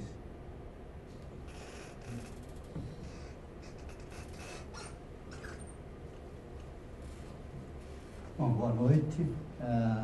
Queria cumprimentar os palestrantes. Realmente foi uma aula magna que nos propiciaram hoje. E respondendo à sua pergunta, Paulo, eu sou um curioso, né, do cinema. Fantástico. Eu já frequento aqui, né, habitualmente o CCBB, desde já há alguns anos, porque eu estou aqui em Brasília desterrado, quer dizer, as minhas raízes são de São Paulo, eu moro em São Paulo e por circunstâncias que não vem ao caso aqui comentar, eu me sinto um prisioneiro aqui em Brasília. Não tenho nada contra Brasília, ao contrário, como cidade. Mas o sistema de trabalho aqui, o trabalho que eu faço aqui, eu podia fazer em Tóquio, em Lisboa, em qualquer lugar do mundo, e, no entanto, o sistema, o atraso deste país é tão grande que os que nos governam só têm importância e valor quando conseguem ver o exército na sua frente. Quer dizer, a importância deles é com a quantidade de pessoas que estão aqui ao redor, que mesmo que não façam nada, mas tem que estar ali. O poder é pela quantidade de soldados, né, que estão ali na retaguarda, não na vanguarda. Então, eu venho aqui para tentar realmente fugir da solidão que eu sinto aqui. Eu me sinto realmente solitário. Então, eu venho aqui realmente para realmente poder... Obrigado. Mas apreciei demais essa... foi uma das melhores debates que eu já assisti aqui, sem desmerecer os outros, mas esse aqui realmente foi o ponto culminante. Eu não entendo nada de cinema. Às vezes até venho aqui e durmo, porque chego aqui cansado, né, de trabalhar. Deixa eu te falar uma coisa. Você cometeu o pecado capital maior que existe para o cinema verdadeiro. É dizer que não entende.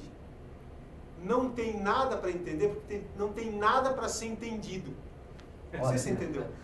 O erro das pessoas é achar que tem que entender alguma coisa no cinema. O cinema, diferentemente da Bíblia, diferentemente da enciclopédia, diferentemente de qualquer livro, de qualquer coisa, o cinema não é livro. O cinema não é lei. Lei você precisa entender. Então, você vai fazer um contrato lá, cinema é exatamente o contrário da lei, é a anarquia da fantasia. Não sei se está claro, Raul. Você não precisa entender nada. Se você falar que você não entendeu nada, você está por dentro do cinema mais do que qualquer mestre. Não, e mesmo quando eu venho aqui e durmo, é o melhor momento. Eu estou captando subliminarmente isso que eu ia falar, porque você entra no mundo do Morfeu, e aí você aquilo começa a entrar no subconsciente. Eu só durmo em filme também. É a melhor coisa. Então eu venho aqui realmente para fugir realmente da solidão que eu sinto. É a maneira que eu vejo de eu poder ainda manter um pouco de equilíbrio, porque já estou totalmente idiotizado, louco, né? Completamente. Então, eu estou na terceira idade, que dizem que é a melhor idade, que eu não consegui descobrir nada até agora que existe na terceira idade melhor. Está aqui hoje, cara. Então, a saúde vai se afetando. Eu não consigo ler. Uma crítica que eu queria fazer é do livro aí, quer dizer, letras pequeniníssimas, quer dizer, não pensaram nos velhos, quer dizer, vocês são muito jovens. Eu fui vocês ontem, vocês serão eu amanhã. Vocês vão enfrentar essa situação de não poder enxergar, de não poder ler o jornal, depois de meia hora, aquela letrinha minúscula, eu fico com os olhos vermelhos. Eu não consigo mais assistir televisão. Sabe o que você tem que fazer? Você tem que achar uma... tem alguma leitora particular para o Raul aqui, meu? Tem um filme fascinante do Patrícia Leconte, que é a leitora, que eu recomendo você assistir. Leitora particular, que é um senhor assim que não consegue ler, e ele encontrar uma menina linda para ficar lendo os livros para ele. Ótimo. Eu preciso encontrar uma leitora particular, né? Mas eu queria fazer então uma pergunta, que na realidade é uma provocação, ou enfim, talvez não seja necessariamente, esse não é o objetivo, é uma crítica construtiva.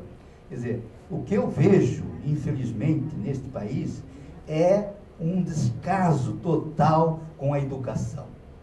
Nós vivemos realmente anestesiados, pensando que vamos realmente tomar conta desse país, que é um país maravilhoso, rico, mas que vamos nos tornar colônia se nós não tomarmos o cuidado de mudarmos o sistema educacional brasileiro para um sistema educacional de qualidade. Porque o que nós estamos vendo é um embrutecimento, um emborrecimento, e as autoridades estão exatamente empenhadas nisso, em manter, né, a população, a massa ignorante, porque é a única maneira de controlá-la, de realmente eles manterem o poder, que é através da compra de votos, dessa maneira, quer dizer, pela ignorância, manter a pessoa realmente, a pessoa tem que ser embrutecida, emborrecida. E eu queria fazer a pergunta seguinte: como o cinema poderá, né, contribuir para modificar, para melhorarmos o sistema educacional brasileiro? Porque eu entendo que o cinema é cultura, é educação. Mas como é que isso pode realmente revolucionar, né, e nos tirar dessa amnésia, dessa anestesia, dessa total frigidez que nós estamos enfrentando? Quer dizer, é preciso revolucionar o sistema educacional, porque a China já escolheu uma arma superpoderosa com a qual vai dominar o mundo. Qual é essa arma? Educação de qualidade. E que nós não temos, e que não há nenhuma autoridade interessada em fazer alguma coisa. Pelo contrário, é manter as pessoas no nível cada vez mais baixo. Obrigado.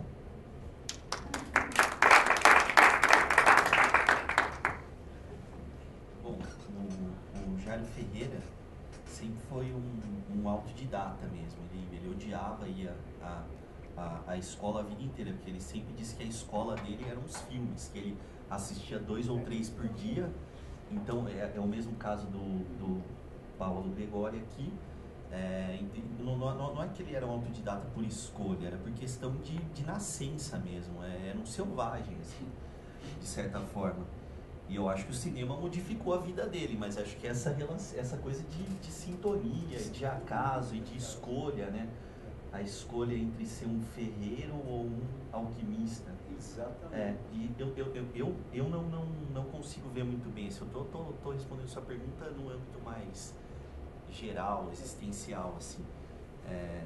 Eu realmente não acredito no sistema educacional brasileiro nenhum. Assim, inclusive fui aluno dele e... Não aprendeu nada, não, ele acha que é. realmente aprendi conversando com ele, que tem uma cultura cinematográfica assim, ampla, absurda, enfim. Mas nas aulas ninguém prestava atenção na sua aula. Um monte de aluno burro que acha que ele não dá aula, na verdade ele é o que, sem dar aula, ele é o que mais dá aula lá na faculdade que eu me formei. Porque você conversando com ele, pega algumas coisas que ele fala e vai e é um dos meus mentores, um guru. Não, mas mas é muito louco, cara, porque isso que você está falando, Renato, é uma coisa muito curiosa. Que o Sartre falava, né, aquele filósofo francês existencialista, ele falava assim, não se fala com os muros. Só que eu vivo falando, é um sofrimento existencialista esse meu, porque eu vivo falando com os muros. Eu tenho assim, sei lá, 50, 60 alunos na sala de aula, nos lugares grandes, na FAP, sei lá, 15, 20 alunos. Eu quando entro na sala de aula, eu já sei exatamente para quantas pessoas eu vou dar. É só olhar assim, eu falo, para esse. É 3. A média é 3. Eu estou dando aula para 3 pessoas. O resto está pensando na calça Zoom que vai comprar no shopping, que menina que ele vai sair, ou a outra menina, onde ela vai fazer a maquiagem, se vai ser na Le Pitot, no Le Fonfon, sei lá eu, e onde ela vai comprar o próximo casaco de peles dela, a outra já no celular, falando, vamos se encontrar lá na Copenhague para comer uma lajotinha, você, lá. Porque eu fico de olho, né, eu tô vendo ali o movimento. Aí eu às vezes solto lá, falo, olha, para mim, vocês têm que estar dentro do império do cinema. O que significa isso? Vocês vão sair daqui, vocês vão ver um filme atrás do outro, vão ler livros de cinema, vão conversar sobre cinema, vão pensar, e quando estiver transando, vai falar o nome de todos os cineastas preferidos seus até dormir. Né? Bertolucci, Tarkovsky, Robert Rocha, e aí vai. Entendeu?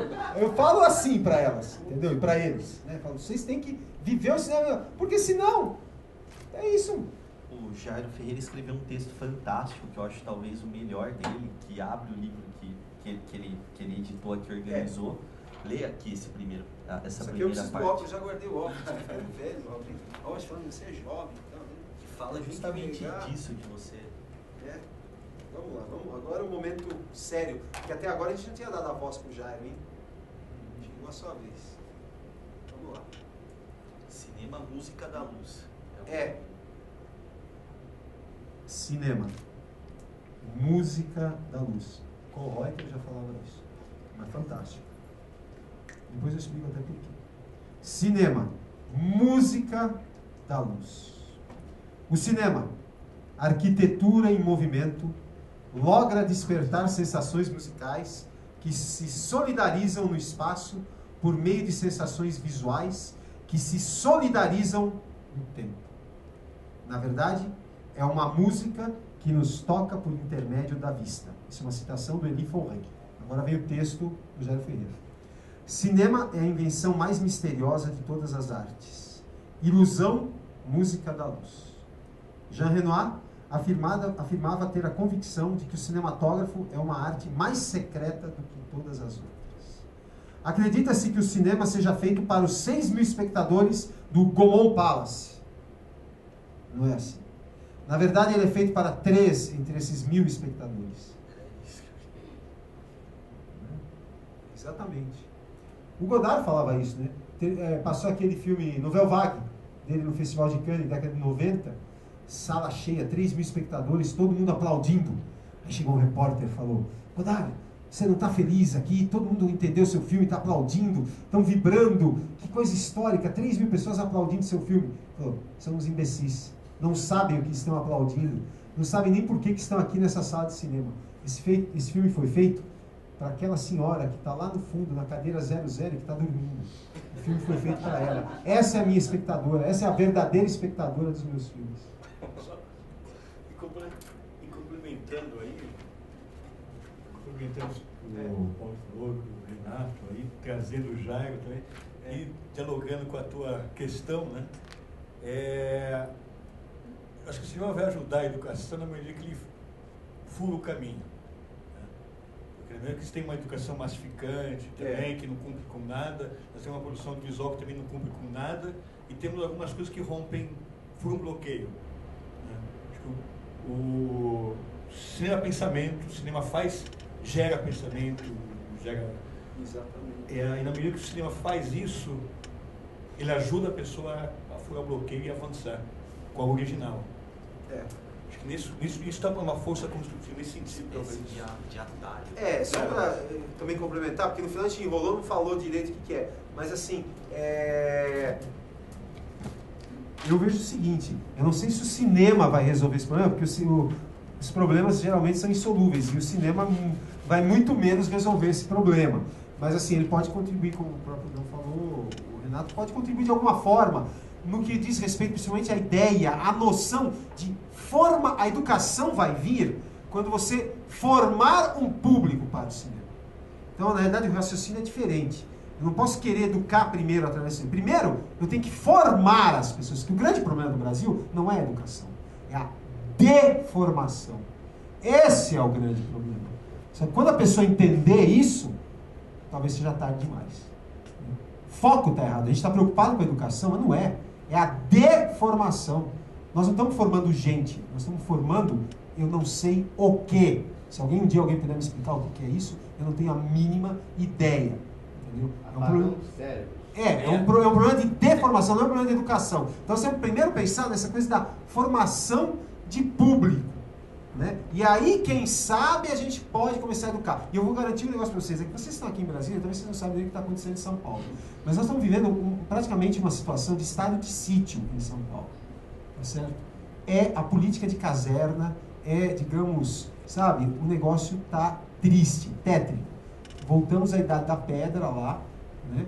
Então, assim, se houvesse mais formação e educação, estou falando agora especificamente do estado de São Paulo, não estou falando do Brasil, especificamente do estado de São Paulo, se houvesse mais formação e educação, te garanto que alguém não permitiria acontecer isso que está acontecendo lá hoje, né? A questão lá da invasão da USP, a questão da Cracolândia, a questão de Pinheirinho, enfim, a coisa está preta. Estado de sítio já. Boa noite. Primeiro, para parabenizar por essa mostra. Na verdade, eu não assisti praticamente nenhum dos filmes, eu cheguei no meio do filme, dessa última mostra. Mas eu não vejo assim o intuito da fala sobre a massificação, porque eu não acredito que esse tipo de cineastas de vanguarda ou cinema independente estão buscando entrar na questão das massas. Eles não querem atingir as massas, eles querem, exatamente como ele falou, eles querem furar, querem desmassificar, querem fazer que essa massa comece a pensar e há uma diminuição da massa. Totalmente. Então, não acho que é por aí falar sobre massa. É exatamente aquilo que eles não querem. Por isso que o Godard falou exatamente quando ele foi aplaudido. Ninguém me entendeu. Sabe? Porque, na verdade, era para ter ido embora um bocado de gente. E isso é ótimo quando a gente vê no filme que as pessoas começam a sair. E só fica aquelas pessoas que realmente... Não estou dizendo que são privilegiados ou iniciados, mas pessoas que frequentam, pessoas que pensam, pessoas que vão atrás de de uma produção que faça exatamente refletir sobre alguma coisa. Então, acho que é um equívoco falar em massa nessa questão aí. E outra coisa que me bateu, que eu vi no final da mostra, só aquela em Santos, né, o cara dizendo, aqui começou a Cinemateca de Paris na mesma época que a gente, eles têm 500 mil filmes, a gente está saindo de chapéu. Aí eu falo aqui de Brasília, porque Brasília é uma cidade altamente cinematográfica. Eu acho que só quem capta Brasília é o cinema. Por isso que ela não é entendida ainda. Então, o que falta aqui no eixo monumental, tem um centro cultural de um lado e de outro setor cultural. Já tem um museu, já tem uma biblioteca mal ou bem, que não cabe nada, que não foi feito para isso, que não teve um programa legal. Mas o que falta lá é exatamente a cinemateca. Então, eu acho que é bom a gente começar a pensar também aqui, porque querem colocar atrás do Teatro Nacional, que é o único espaço vazio, eles querem colocar uma praça. Eu acho que era hora da gente que curte cinema começar a fazer uma força e tentar fazer um pequeno movimento de pedir para se fazer um programa de cinemateca, de museu de cinema, de cinemateca, incentivar todos os correios que tem no Brasil, como também o daqui de Brasília, porque nós precisamos de cinema, nós precisamos produzir cinema para valorizarmos a nossa cidade, que é uma cidade muito incrível também. Eu acho que tem muito de mistério e tem muito de espaço ainda para criar. Eu acho que vocês que são cineastas poderiam começar a pensar também de um espaço que aqui o que é monumental é o espaço, não é as edificações. As pessoas ainda não sacaram isso.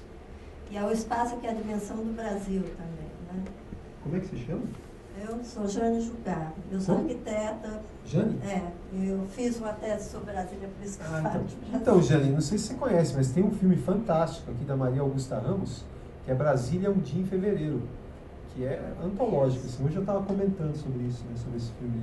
Valia a pena ver, um filme de 1995, 96, assim. Pois a gente nem passa. Então, é um filme maravilhoso, assim. Ela é radicada na Holanda, tal, mas ela é brasiliense, acho, veio fazer o filme aqui, depois voltou para a Holanda, depois voltou para o Brasil de novo, fez outros filmes. Mas é bem interessante, para quem estiver interessado, Maria Augusta Ramos é a referência do cinema brasileiro. Ela é advogada, exatamente. Radicada na Holanda.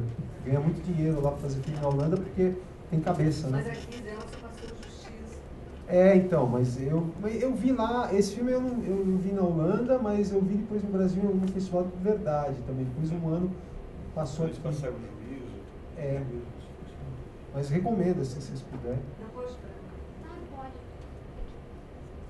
Eu concordo com a Jane quando fala que quando pediu, não sei se foi você ou o Alessandro,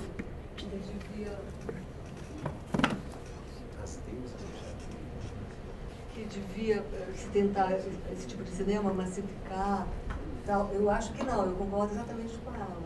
Não que você vai ter 30 pessoas numa sala, mas massificação aqui no Brasil, infelizmente, no cinema, significa exatamente a mediocridade, mediocrização.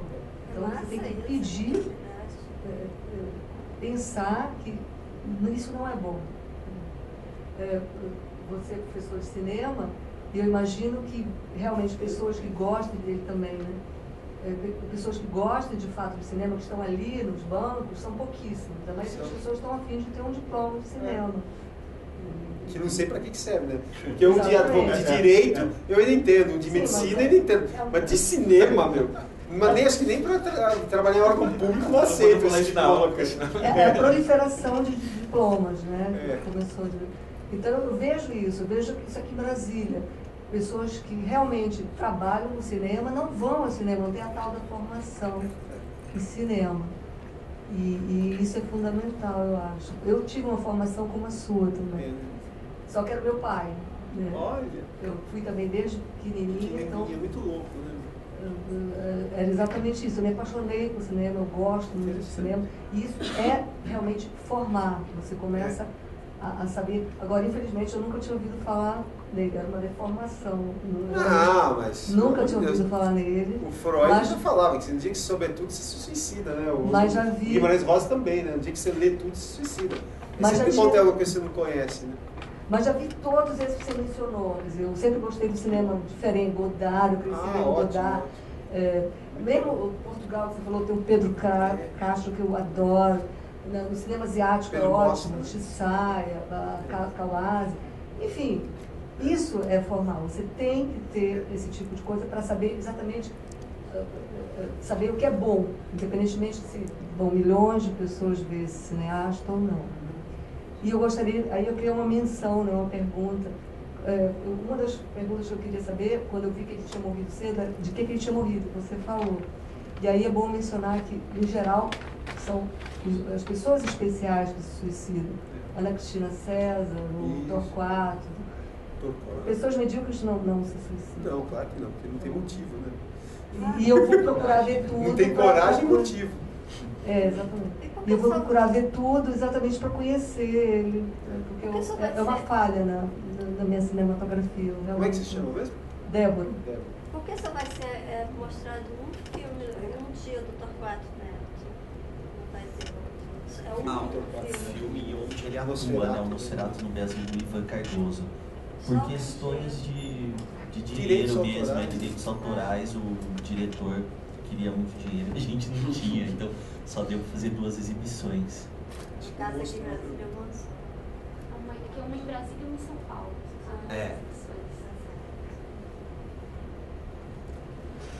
Bem, estava ouvindo em silêncio aqui, muito atento às explanações brilhantes, mas queria me manifestar em primeiro lugar para discordar do meu amigo Raul, né, dizendo que Brasília foi uma cidade que me libertou.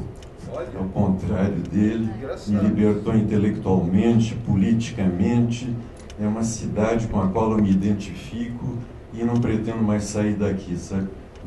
Vim para cá 40 anos atrás, mais um pouco, e passou a ser a minha cidade, e é por ela que eu trabalho, que eu luto, que a defendo, inclusive contra o assédio de outros brasileiros que para cá vêm, que procedem de forma indigna do que a cidade é merecedora.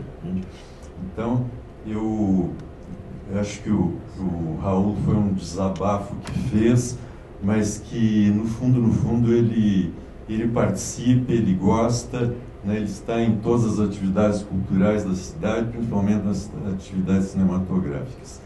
Outra coisa que eu queria dizer é o seguinte: eu tenho uma pequena discordância. Acho que não se pode trabalhar para pequenos números, sob pena da gente estar desenvolvendo uma atividade elitista, cultivando certas elites que não favorecem a difusão daquilo que a gente pretende. Eu fui professor durante 40 anos também, e o dia que eu não conseguia interessar a minha turma, o que interessava 2 ou 3, eu achava que alguma coisa estava errado. E estava errado era comigo, que não conseguia interessar a turma. Gente, acho que a finalidade de todo aquele que exerce uma função comunicativa, seja um artista, seja um professor, é fazer chegar, né, o seu pensamento ao maior número possível. Né? Fazer filmes para plateias elitizadas de meia dúzia de pessoas, eu acho que não é a finalidade do cinema. O cinema é um meio de comunicação de ideias, é uma arte, como toda arte, ela precisa chegar ao seu público, senão ela se torna autista, né? Então, o cinema autista é um cinema altamente perigoso, né? Porque se satisfaz a quem faz e a meia dúzia de epígonos, de idólatras, né, que estão ao seu redor. Acho que a finalidade do cinema, o cinema é uma arte de massa, é uma arte de grande número, e a esse grande número ele precisa chegar. Senão não seriam necessárias salas, plateias imensas, técnicas avançadas de projeção, que é exatamente para fazer chegar. E as grandes equipes que mobiliza e a grande parcela da imprensa, né, que também é mobilizada em função do cinema. Qual é a finalidade disso? É convergir para um número cada vez menor? Acho que não. Acho que o cinema tenha necessariamente de chegar a um grande número. E eu aprendi como professor uma lição, levei muito tempo para aprender uma lição, de que eu pensando estar ensinando, na verdade eu estava era aprendendo com os meus alunos, né? E disse isso a eles várias vezes. Vocês pensam que vocês estão aprendendo comigo? Eu estou aprendendo com vocês, né? Porque estou absorvendo a cada dia lições de renovação de novas gerações que me fazem chegar um conhecimento que não fez parte da minha formação inicial. É um processo de troca, de interação que se dá, né, com toda a função comunicativa. A gente tem o que dar, mas tem muito o que receber também. E no caso do Jairo, para chegar a ele, me parece, a menos que eu esteja enganado, eu sou daqueles que ouviram falar nele pela primeira vez agora nessa mostra. Eu confesso humildemente a minha ignorância, mas nunca tinha ouvido falar e nunca tinha percebido que ele havia sido produtor de alguns filmes que eu já tinha visto, né? Como esse do André Luiz Oliveira, como do Reichenbach e mais alguns outros que eu não estou lembrando agora nesse momento. Ele só escreveu sobre esses filmes. Ele só escreveu críticas sobre esses filmes, ele não foi produtor. Pois é. Eu não conhecia o trabalho dele como diretor, que é quando se dá a autoria do filme, realmente, na direção. Não conhecia, né? Mas acho que os seus filmes não fizeram herdeiros, né? Suas ideias, me parece que não fizeram herdeiros conhecidos, né? Não exerceram a influência que outros cineastas brasileiros exerceram, como os jovens do CPC da Único, entre os quais Joaquim Pedro de Andrade, né? Como Glauber Rocha, e tantos outros que produziram uma obra que não é de baixa cultura, absolutamente, é uma obra do maior significado para a cultura brasileira e que proliferaram nos trabalhos de outros seguidores que não são imitadores, mas que são também criadores, né, que aproveitaram o caminho desbravado por alguns desses cineastas de gênio, né? Que são muitos e que não valeria a pena nesse momento citar, que eu tenho certeza que todos lembrarão deles. Se eu estiver enganado, me penitencio e peço que me corrijam, por favor, mas eu não vejo a herança do Jairo se estender a outros trabalhos mais recentes ou posteriores a ele. Qual o nome do senhor? Coutinho. Coutinho. Tem várias questões aí que eu acho que são bem importantes em torno da problematização mesmo que a obra dele, como qualquer vanguarda mesmo, possibilita, né? Eu acho que tem três questões que estão em torno do que você falou. É uma, né, a questão de quem é direcionado, né? A relação principal é com o público, no caso do cinema. Isso realmente, concordo, é um problema-chave. Mas é um problema-chave também do cinema brasileiro em geral, quer dizer, que não olha para quem deveria olhar, que é o público. Certo? Mas esse não é o caso da vanguarda. Certo? Não é o caso desse tipo de vanguarda. Quer dizer, o cinema brasileiro é muito esquizofrênico. Quer dizer, o cinema brasileiro, que era para ser de massa, faz um filme que não dialoga realmente com o público. E a vanguarda, né, que seria o quê? A vanguarda é uma necessidade da própria renovação mesmo das coisas, né? Na medida em que, numa indústria, né, a pesquisa de ponta, ela vai servir daqui a 50 anos. Nós temos coisas que nós estamos utilizando agora de equipamentos eletrônicos que foram criadas há 20 anos atrás. Começando com pesquisas de ponta em setores da grande indústria, em setores que, vamos colocar aqui a fundo perdido um dinheiro, mas isso aqui vai ser utilizado lá na frente. Isso é o quê? É uma aposta na vanguarda, aposta em descobertas, né? Então, de certa forma, esse tipo de cinema, ele são apostas. A ideia da experimentação, ela incorpora também a ideia de uma aposta em algo. Pode dar certo, pode não dar.